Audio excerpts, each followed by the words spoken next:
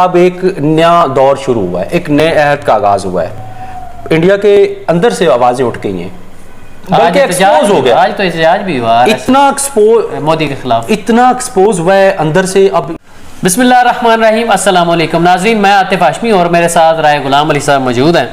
इनसे बात करते हैं जो मौजूदा सूरत हाल है पाक इंडिया बॉर्डर्स की, और ये जो सारी एपिसोड जंग वाली चली है, इसमें भारतीय जो मीडिया उसका क्या किरदार रहा, पाकिस्तानी मीडिया का क्या किरदार रहा, पाकिस्तानी अवाम का क्या किरदार रहा, दोनों साइड पे जो अवाम है वो क्या सोच रही थी और इंडिया क्या सोच के ये अटैक कर रहा था, और इसको अब तक की सूरत हाल है और उसमें जीत किसकी हुई, इस पे बात करेंगे। जी राय साहब, अस्सलाम वालेकुम। वालेकुम सलाम। कैसे हैं आप? मैं बड़ा ज़बरदस्त, अल्हम्दुलिल्लाह। अच्छा, माशाल्लाह, आप खुश नज़र आ रहे हैं। खुश इसलिए नज़र आ रहे हैं कि जंग किसी को भी पसंद नहीं है और जंग बंदी होगी, अच्छी बात है। हम कभी भी जंग वो मैं उसी तरफ आ रहा था जी। जंग बंदी चूंकि अब हो चुकी है, इसके बावजूद भी इंडिया जो है वो ज़ाहिर है सीज़ फायर की खिलाफ वर्जी कर रहा है। तो ज़रा इसका बताएं कि ये तनाज़ा कहाँ से शुरू हुआ और फिर क्या हुआ, ये सारी एपिसोड जो चली है इस पे आप क्या कहेंगे? इस पे एक पाकिस्तानी का या बतौर एक न्यूट्रल जर्नलिस्ट जो हक़ाइक़ को देखता है, हक़ाइक़ की खोज में रहता है, मेरा ओवरव्यू इस पे यही है कि थ्रू आउट जब से ये पहलगाम वाक़या हुआ है, पहलगाम वाक़या एक बहाना बनाया है इंडिया ने। दरअसल ये नरेंद्र मोदी की जो एक सोच है, RSS की एक आइडियोलॉजी है। नरेंद्र साबिक़ वज़ीर-ए-आज़म इमरान खान साहब हर फोरम पे कर चुके हैं आइडियोलॉजी। हमेशा पाकिस्तान और इंडिया की दोस्ती में या पाकिस्तान उनकी तरफ हाथ बढ़ाता है तो बीच में RSS आ जाता है। हाँ, और जब भी पाकिस्तान और बड़े सारे प्रोग्राम, बहुत से प्रोग्राम चले, और ये देखें जब भी कांग्रेस की गवर्नमेंट रही है तो पाकिस्तान के और इंडिया के मसाइल इतने ज़्यादा नहीं हुए। वो कि मैं ज़्यादा तरीक का जो है वो तरीक का ज़्यादा तालिब इल्म नहीं हूँ, ज़्यादा बड़ा गहरा तालिब इल्म नहीं हूँ, मैं सरसरी सा स्टूडेंट हूँ, एक निकम्मा स्टूडेंट हूँ। लेकिन मैं ये जानता हूँ जब से इंडिया वाले खुद, मैं कहता हूँ ये खुद हिंदुस्तान का दुश्मन है नरेंद्र मोदी। ये एक जो सोच लेके जिस तरीके की गवर्नमेंट कर रहा है, मेरे ख्याल में ये इंडिया का नुकसान और सोच है उसकी। देखो पहलगाम वाक़या जो हुआ है, पूरी दुनिया ने उसकी मजम्मत की, और कोई ऐसा एक सिंगल पर्सन अगर कोई है तो वो मुझे कमेंट सेक्शन में ये बताए कि पहलगाम वाक़या सही हुआ है। देखो, हम दहशतगर्दी के खिलाफ हैं, और दूसरे नंबर पे मजहब इस तरह इजाजत देता है कोई कि भी किसी दूसरे मुल्क में जाके आप बदतमीजी फैलाएं? कोई भी, मैं कहता हूँ दहशतगर्दी का कोई मजहब नहीं होता, दहशतगर्द का कोई दीन नहीं होता।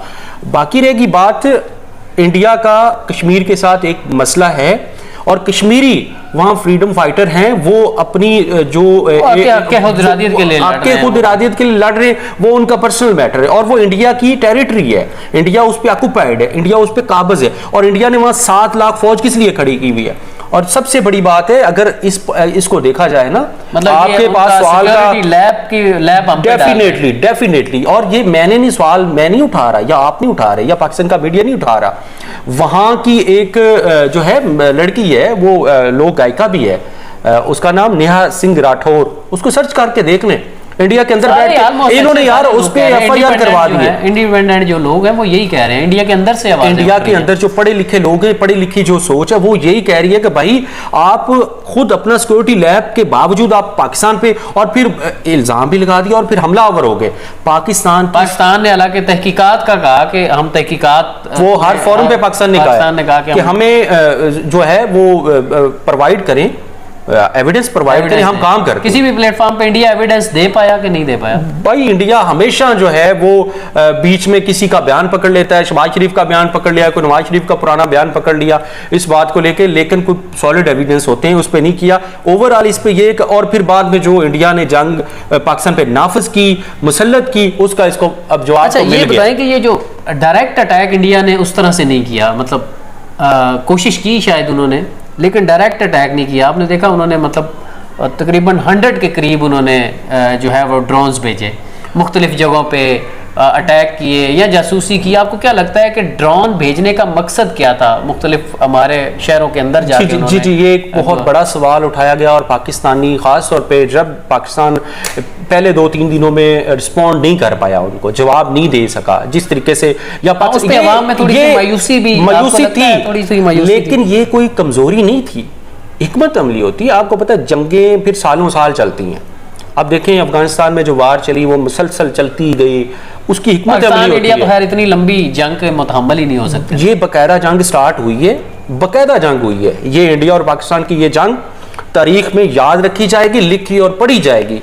ये नहीं कि कोई ट्रेलर चला है, ये प्रॉपर जंग हुई है और इसमें इंडिया को बकायदा शिकस्त हुई है, शिकस्त फाश हुई है। क्यों कि इंडिया हमेशा भाग जाता है।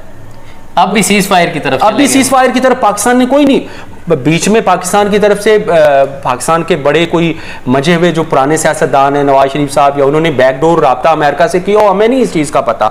इंडिया की तरफ से भी किया गया होगा या बीच में दूसरे को दोस्त आ जाते हैं, लेकिन ये 110% पाकिस्तान इंडिया ही करे। दूसरे मुल्क भी, चूंकि जो दोनों एटॉमिक पावर हैं, दोनों कंट्रीज जो हैं पाकिस्तान और इंडिया, तो दूसरे मुल्क से भी। हाशमी साहब, ये टर्निंग पॉइंट कब आया?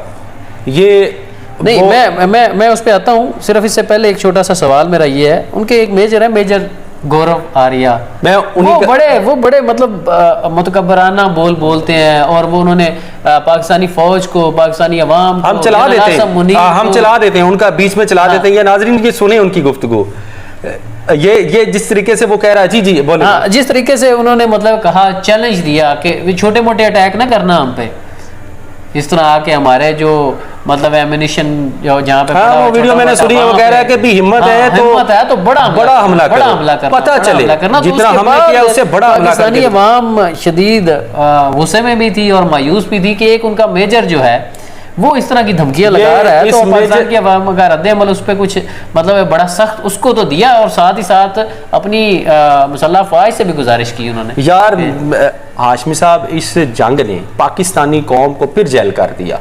ना कोई नून लीगी रहा, ना कोई पीटीआई वाला रहा, सारों ने जेल होकर मुकाबला किया।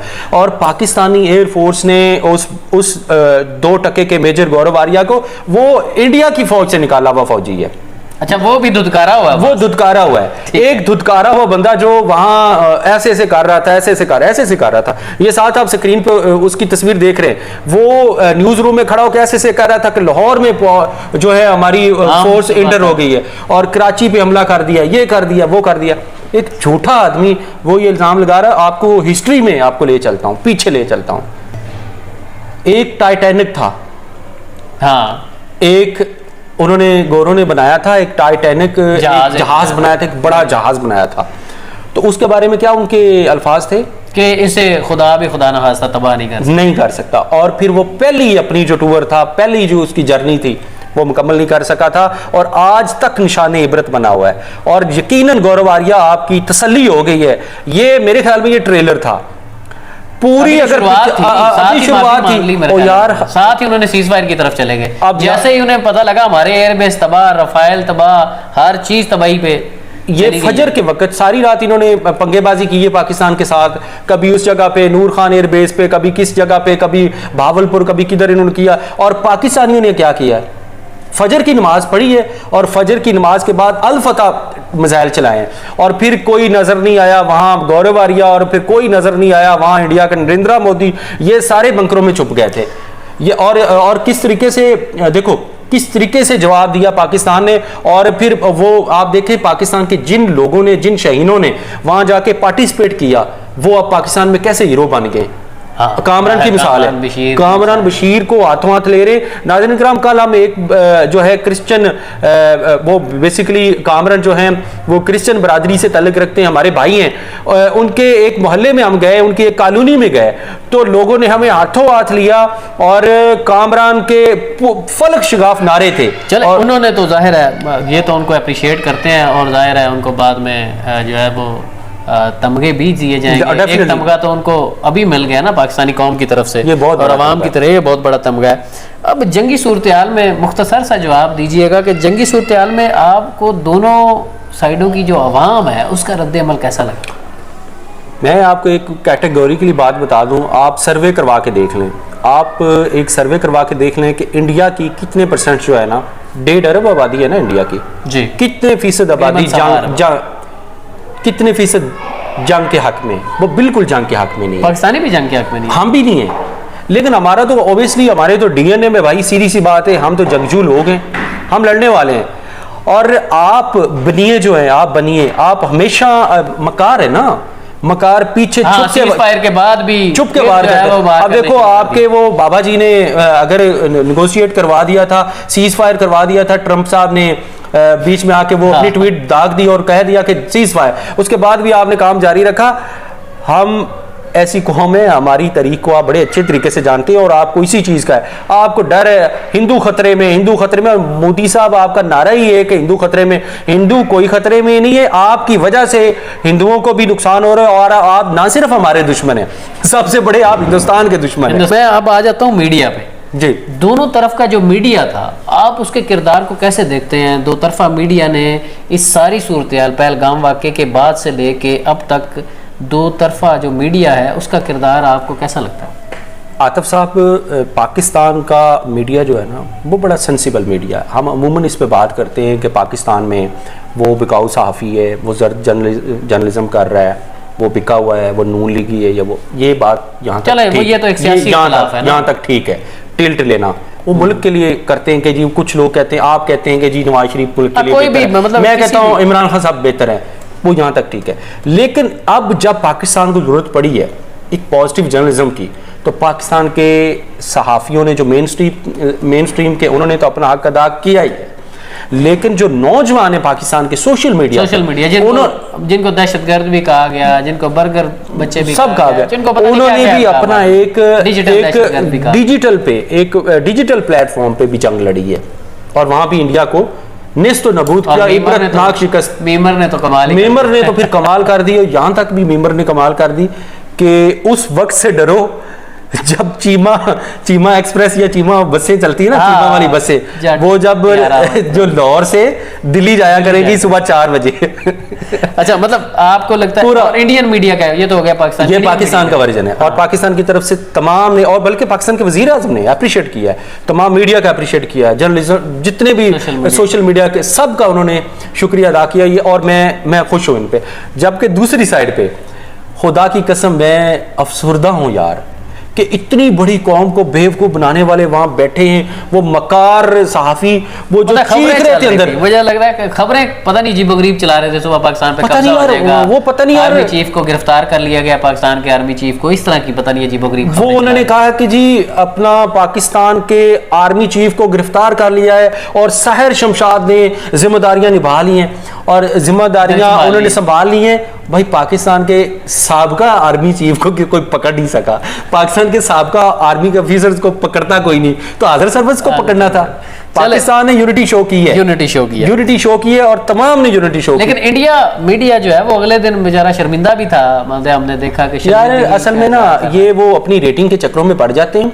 और यकीन करो अब एक नया दौर शुरू हुआ है, एक नए अहद का आगाज हुआ है, इंडिया के अंदर से आवाजें उठ गई हैं, बल्कि एक्सपोज हो गया। आज तो एहतजाज भी हुआ, इतना एक्सपोज मोदी के खिलाफ, इतना एक्सपोज हुआ है अंदर से। अब खास तौर पे जो पाकिस्तानियों ने, शहीनों ने जो उनके अंदर घुस के, और कामरान ने जिस तरीके से वहाँ फाइट की है, जिस तरीके से उनके वीडियोस बड़ी जबरदस्त वो कैसी आ रही हैं, वो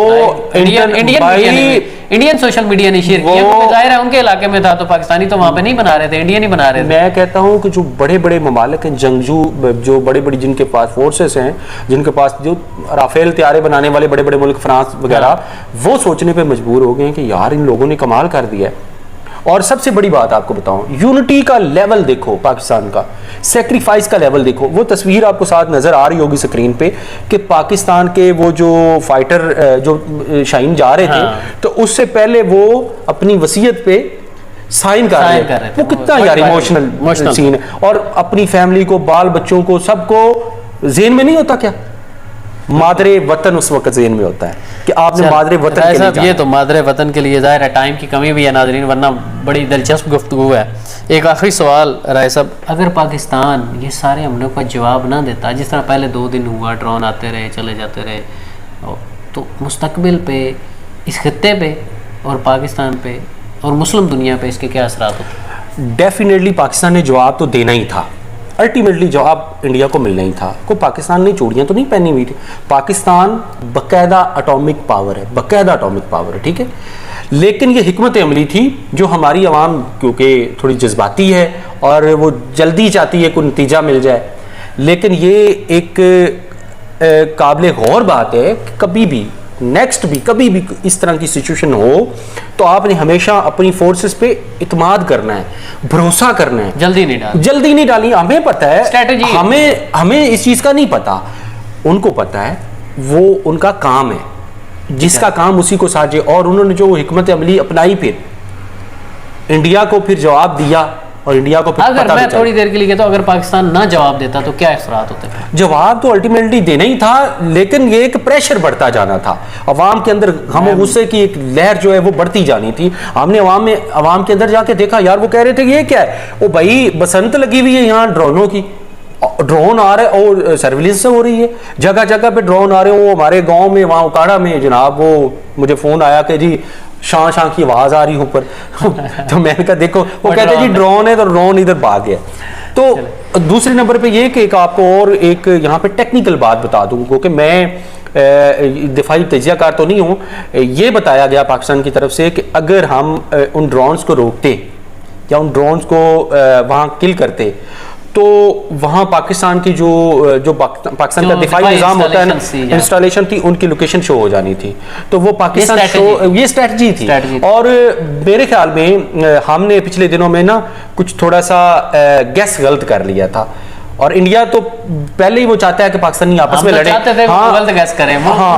हमने अपनी फोर्स पे और फौज के बारे में एक नैरेटिव बना हुआ था कि जी पाकिस्तानी फौज सिर्फ पीटीआई के पीछे लगी हुई है और इनके पीछे लगी हुई, या पाकिस्तान के अंदर इदारे जो हैं वो इनके पीछे, ये अंदरूनी इख्तिलाफ था। लेकिन ये सारों की भूल थी कि इनको पूरा पंजाबी कहते हैं पूरा वल आंदा है, पूरे खिलाड़ी हैं इस काम के, और हमें फख्र है, इस फोर्स में फख्र है और हम प्राउड फील करते हैं। और आज हम इत्मीनान के साथ, अगर यार हम सुकून से अगर रहते हैं, हम सुकून से सोते हैं, हम आज़ाद कब हैं? आज़ाद तब हैं और जब हम इस तरह की फौज है। और आखिर में आखिरी जो बात है, हम एक बंदे का एहसान कभी नहीं भूल सकते, उस बंदे का एहसान हम कभी नहीं भूल सकते। किसका?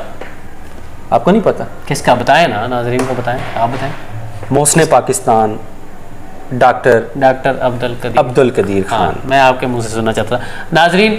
और आखिर में हम उनके लिए दुआ करेंगे कि अल्लाह ताला उनको जवारे रहमत में आला मकाम दे। वो पूरी कौम का जो है वो असल वो कायद आज़म है, वो हमारे मोहसिन है, और उनका इतना बड़ा एहसान है कि आज हम अगर दुश्मन की आंखों में आंखें डाल के मीम्स क्यों बना रहे थे, हम कॉन्फिडेंट थे इसलिए मीम बना रहे थे, हमें पता था हम चला देंगे।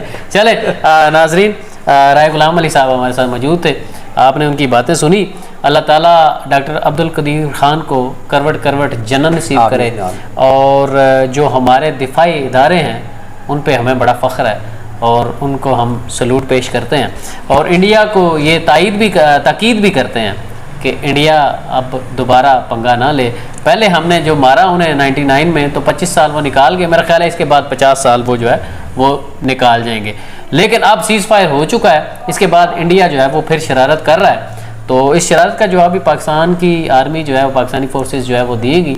लेकिन पाकिस्तानी अवाम का बड़ा अच्छा किरदार इसमें रहा, बिल्कुल अपने जो फोर्सेस हैं उनके शाना बशाना खड़े हुए वो।